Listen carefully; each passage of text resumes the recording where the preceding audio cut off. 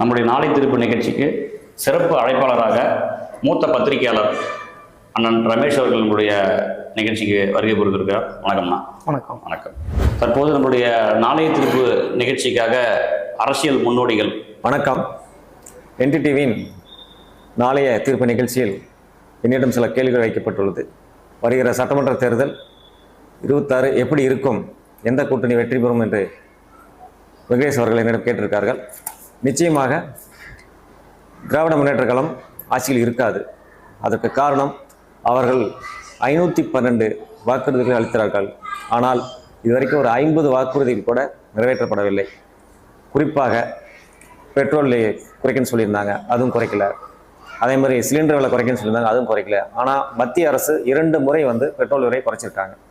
So அது போல் பார்த்தீங்கன்னா இவங்க இது வரைக்கும் பொய்யான வாக்குறுதிகள் கொடுத்து மக்களை ஏமாற்றி கடந்த 4 வருடங்கள் முடிந்து 5ஆம் வருடம் நடந்து கொண்டு இருக்கிறது. ஸோ நிச்சயமாக தமிழக மக்கள் மீண்டும் அவர்களை தேர்ந்தெடுக்கிறதுக்கு வாய்ப்பே கிடையாது. அதுக்கு நிறைய காரணங்கள் உண்டு. காவல்துறை அதிகமாக சீர்கெட்டு கொண்டு இருக்கிறது. உங்களுக்கு எல்லாம் தெரியும். அதாவது கஸ்டடிஸ் உங்களுக்கு யாரெல்லாம் அரெஸ்ட் பண்ணி கூட்டு போகிறாங்களோ அவங்களாம் உயிரோடு திரும்புவாங்களா அப்படிங்கிற ஒரு நம்பிக்கை மக்கள் மத்தியில் கிடையாது. அதுவும் காவல்துறைக்கு நம்ம தமிழக மக்கள் பார்த்தீங்கன்னா யாருக்குமே பார்த்தீங்கன்னா அவங்களுக்கு ஒரு நம்பிக்கை இல்லாமல் போயிடுச்சு. உங்களுக்கு இப்போ கூட பார்த்தீங்கன்னா சிவகங்கையில் அந்த ஒரு இளைஞரை அடித்தே கொண்டிருக்கிறார்கள். ஸோ சதீஷ் என்கிற இளைஞரை அடித்தே கொண்டிருக்கிறார்கள். அதுபோல் பார்த்தீங்கன்னா இப்போ நாமக்கல்லில் கூட பார்த்தீங்கன்னா கருத்து சுதந்திரம் நசுக்கப்படுகிறது. பாரதிய ஜனதா கட்சியை சேர்ந்த பிரவீன் என்பவரை பார்த்தீங்கன்னா சமூக வலைதளங்களில் பதிவிட்டதற்காக அவர் மேல் பொய்யான ஒரு கேஸ் காவல்துறையே கொடுத்து அவரை இன்றைக்கு அரெஸ்ட் பண்ணி வச்சிருக்கு. ஸோ இந்த மாதிரி பார்த்தீங்கன்னா தமிழகம் முழுவதும் நடந்து கொண்டிருக்கிறது. ஸோ இது மட்டும் இல்லைங்க, அவங்க பார்த்தீங்கன்னா இந்த நீட் தேர்வு இதை வச்சு அரசியல் பண்ணிக்கிட்டு இருந்தாங்க. நீட்டில் பார்த்தீங்கன்னா 75,000க்கும் மேற்பட்ட தமிழக மாணவர்கள் பார்த்தீங்கன்னா இன்றைக்கு பார்த்தீங்கன்னா தேர்ச்சி பெற்றிருக்காங்க. அது மட்டும் பார்த்தீங்கன்னா அகில இந்திய அளவில் பார்த்தீங்கன்னா 6 பேர் பார்த்தீங்கன்னா அகில இந்திய அளவில் பார்த்தீங்கன்னா ரேங்க் வாங்கியிருக்காங்க. ஸோ இதுவே அவங்களுக்கு ஒரு சான்று. இது நீட்டை வச்சு மீண்டும் பார்த்தீங்கன்னா அவங்க இதை நீட்டை வச்சுக்கிட்டே இன்னும் ஒரு அரசியல் பண்ணக்கூடாது அப்படிங்கிறது என்னுடைய வேண்டுகோள். அது மட்டும் இல்லை, அடுத்தது பார்த்தீங்கன்னா நிச்சயமாக NDA ஆட்சி தான் இங்கே வரும் அப்படிங்கிறத மக்கள் பேச ஆரம்பிச்சிருக்காங்க. இதுக்கு பல உதாரணங்கள் இருக்குது. NDA ஆட்சியில் பார்த்தீங்கன்னா மகாராஷ்டிரா, ஆந்திரா, பீகார் போன்ற மாநிலங்கள் பார்த்தீங்கன்னா மிக சிறப்பாக டபுள் என்ஜின் சர்க்கார் நடைபெற்று கொண்டு இருக்கிறது. தமிழக மக்களும் இந்த டபுள் என்ஜின் சர்க்கார் வேணும் அப்படிங்கிறத மக்கள் விரும்ப ஆரம்பிச்சிருக்காங்க.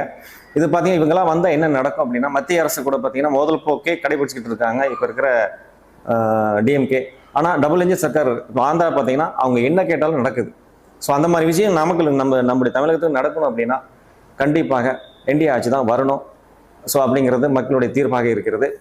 ஸோ அது மட்டும் இல்லைங்க, 11 மெடிக்கல் காலேஜ் போன முறை பார்த்தீங்கன்னா நம்முடைய மத்திய அரசாங்கம் கொண்டு வரப்பட்டது. நாமக்கல்லும் பார்த்தீங்கன்னா மெடிக்கல் காலேஜ் கொண்டு வரப்பட்டிருக்குது. அது பார்த்தீங்கன்னா நாமக்கல் மாவட்டத்தில் பார்த்தீங்கன்னா 2 ஒரு முக்கியமான பிரச்சனையாக இருக்குது. ஒன்று பார்த்தீங்கன்னா தலைமை மருத்துவமனை இடமாற்றம் செய்யப்பட்டது. அந்த இடம் பார்த்தீங்கன்னா அப்படியே இது வரைக்கும் பார்த்தீங்கன்னா எதுவும் பயன்படுத்தப்படாமலே உள்ள இருக்கிறது. ஸோ நம்முடைய நகரிலிருந்து பார்த்தீங்கன்னா ஒரு 7 கிலோமீட்டர் அந்த பக்கம் நம்முடைய மெடிக்கல் காலேஜ் இருக்கிறதுனால பார்த்தீங்கன்னா இங்கே நகரில் ஒரு ஃபர்ஸ்ட் எய்ட் பண்ணுறதுக்கும் முதலுதவி பண்ணுறதுக்கு இங்கே ஒரு ஹாஸ்பிட்டல் கிடையாது. நம்முடைய லோக்கல் சட்டமன்ற உறுப்பினர் கூட தாலுகா மருத்துவரை கொண்டு வரவேன் அப்படின்னு சொல்லி சட்டசபையில் பேசியிருக்காரு. ஆனால் இது வரைக்கும் கொண்டு வரவே இல்லை. சும்மா நேம் சேர்க்க வேண்டி ஒரு சின்ன கிளினிக் 2 நாள் வச்சுட்டு அதையும் மூடிட்டாங்க இப்போ. ஸோ இந்த நாமக்கல் நகரில் மீண்டும் அந்த இடத்துல பார்த்தீங்கன்னா ஒரு தாலுகா மருத்துவமனை கண்டிப்பாக கொண்டு வர வேண்டும். அதே மாதிரி பார்த்தீங்கன்னா இங்கே இருக்கிற பஸ் ஸ்டாண்டு அவசர கதியில் பார்த்தீங்கன்னா இடமாற்றம் செய்யப்பட்டிருக்கிறது. அதாவது எல்லாமே ரெடி பண்ணியிருக்கணும். அதை எதுவுமே பண்ணாமல் அவங்களுடைய DMK கூட அவங்களுடைய இந்த ரியல் எஸ்டேட் மாஃபியாக்களுக்கு வேண்டி அந்த பஸ் ஸ்டாண்ட் இங்கிருந்து அங்கே கொண்டு போகப்பட்டிருக்குது.